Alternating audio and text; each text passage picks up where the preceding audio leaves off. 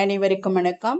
இன்னைக்கு வந்து கோதுமை ரவைய வச்சு எப்படி ஒரு கிச்சடி ரெசிபி செய்யறதுங்கிறதுன்னு பார்க்கலாம்.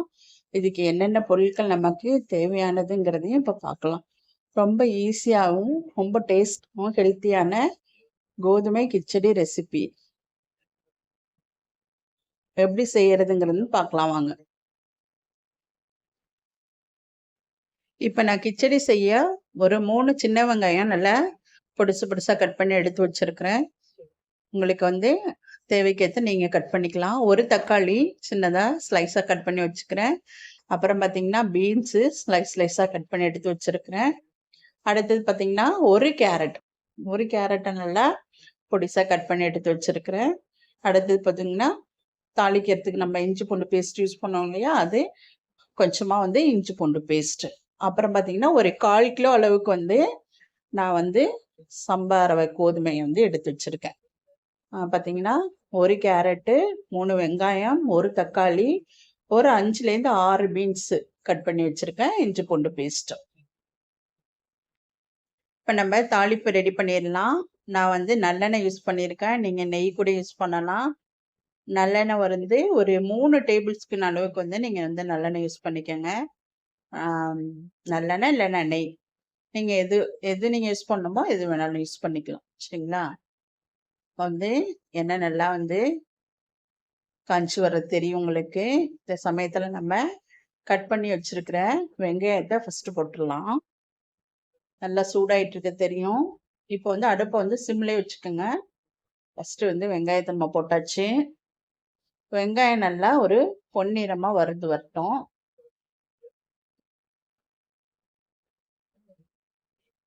சின்ன பிள்ளைங்களாம் இந்த வெங்காயம்லாம் சாப்பிடவே சாப்பிடாதுங்க. இந்த மாதிரி செஞ்சு கொடுக்கும்போது வந்து கண்டிப்பாக அந்த சாப்பாட்டோட சேர்த்து இந்த வெங்காயமும் நம்ம சாப்பிட்ற மாதிரி ஆகிடும். அதனால வெங்காயம் வந்து உங்களுக்கு தேவையான அளவு வெங்காயத்தை இன்னும் பொடிசாக கூட கட் பண்ணி நீங்கள் எடுத்து வச்சுக்கலாம்.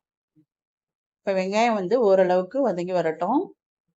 அதுக்கப்புறம் நம்ம வந்து தக்காளி யூஸ் பண்ணிக்கலாம். ஓரளவுக்கு வந்து வெங்காயம் இப்போ வதங்கி வந்துருச்சு. ஒரு மாதிரி கண்ணாடி பதம்னு சொல்லுவாங்க இல்லையா, இந்த பதத்துக்கு வந்துருச்சுன்னா போதும். ரொம்ப மொறுமொறுப்பா ஆயிடக்கூடாது. இந்த கண்ணாடி பதத்தில் இருந்தாலே போதும். இப்போ நம்ம வந்து ஒரு தக்காளி கட் பண்ணி வச்சிருக்கோம் இல்லைங்களா, அதை நம்ம இப்போ இதில் சேர்த்துடலாம்.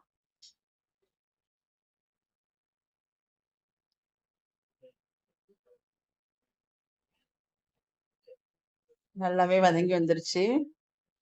இப்போ நம்ம வந்து கட் பண்ணி வச்சிருக்கிற ஒரு தக்காளியை நான் சேர்த்துக்கலாம். நான் ஒரு தக்காளி எடுத்திருக்கேன். உங்களுக்கு தக்காளி பிடிக்கும்னா நீங்கள் 2 தக்காளி கூட நீங்கள் ஆட் பண்ணிக்கலாம். இது வந்து நல்ல பழுத்த தக்காளியாக இருந்ததுனால நான் ஒரு தக்காளி மட்டும் நான் எடுத்திருக்கேன். தக்காளி நல்லா வதங்கி வரட்டும். தக்காளி வந்து நல்லா மசிஞ்சு வரணும்.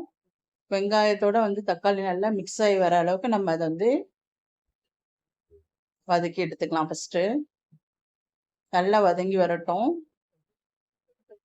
பாருங்களேன், வெங்காயமும் தக்காளியும் பார்த்தா ரொம்ப கலர்ஃபுல்லாக இருக்குல்ல பார்க்கவே.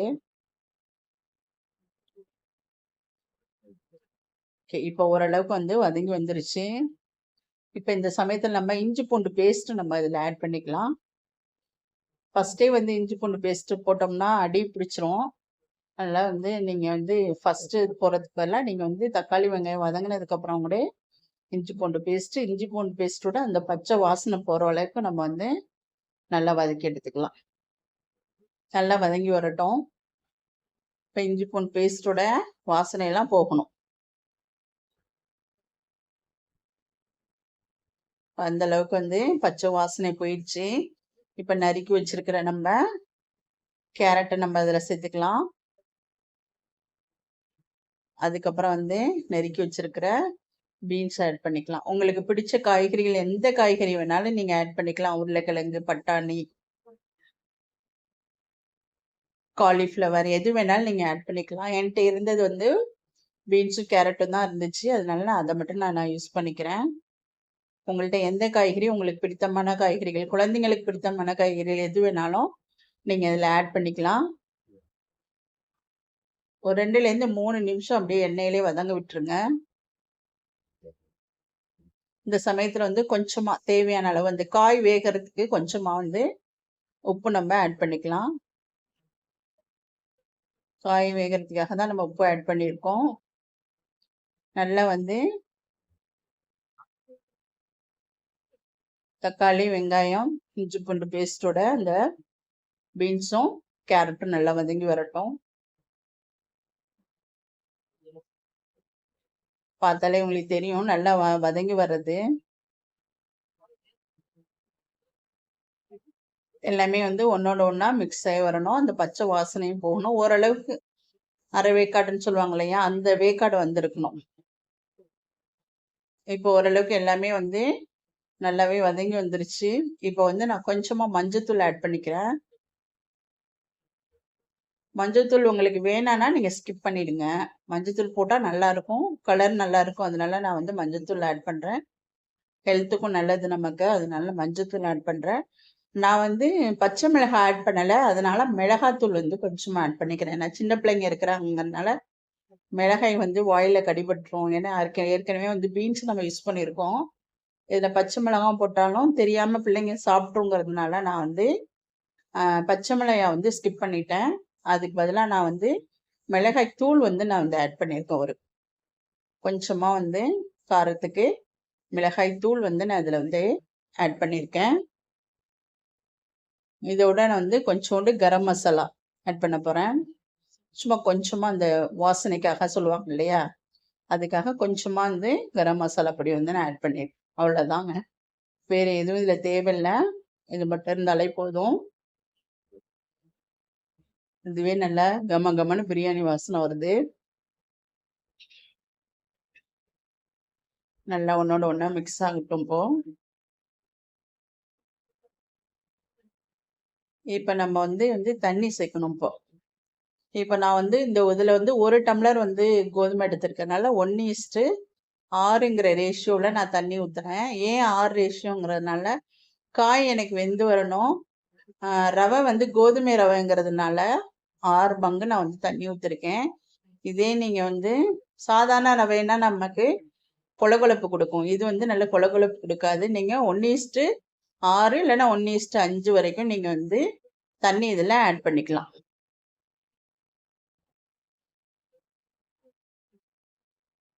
நான் வந்து குழந்தைங்களாம் இருக்குங்கிறதுனால கொஞ்சம் 6 டம்ளர் வரைக்கும் நான் தண்ணி ஊற்றிருக்கேன். ரொம்ப உதிரியாக இருந்தாலும் சாப்பிடாதுங்க பிள்ளைங்க.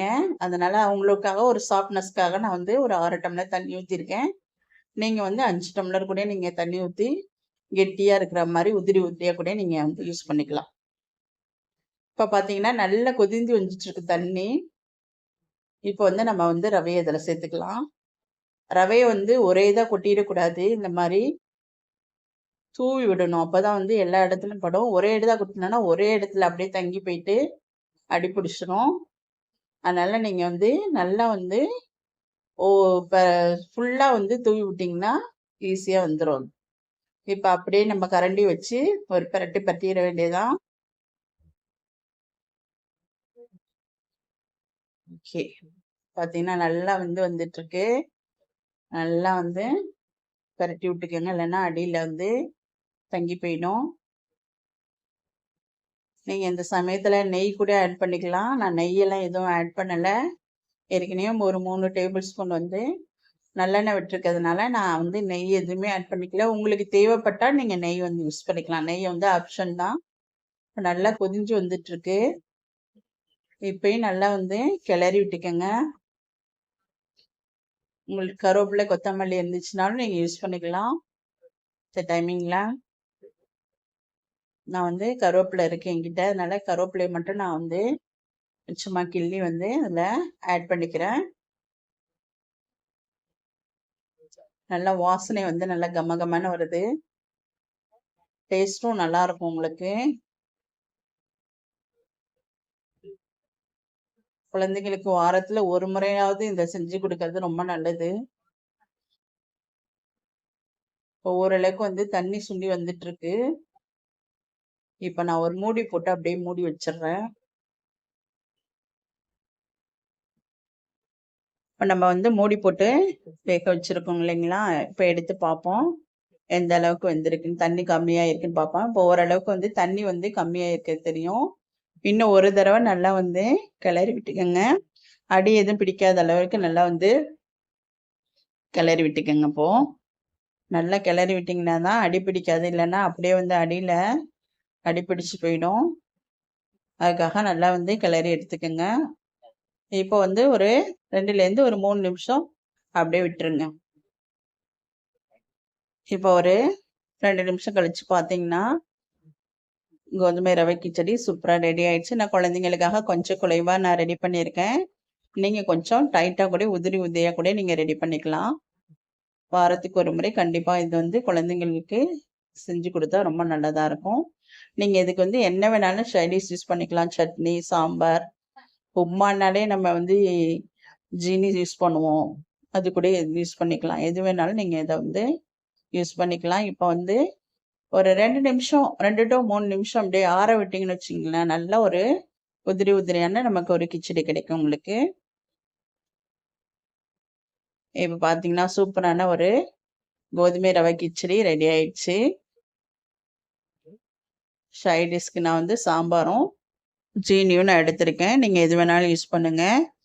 எப்படி இருக்குன்னு ட்ரை பண்ணி பாருங்கள். வீடியோஸ் பிடிச்சிருந்தா லைக் பண்ணுங்கள், ஷேர் பண்ணுங்கள். அப்படியே நம்ம சேனலையும் சப்ஸ்கிரைப் பண்ணிக்கோங்க. தேங்க்யூ. தேங்க்ஸ் ஃபார் வாட்சிங்.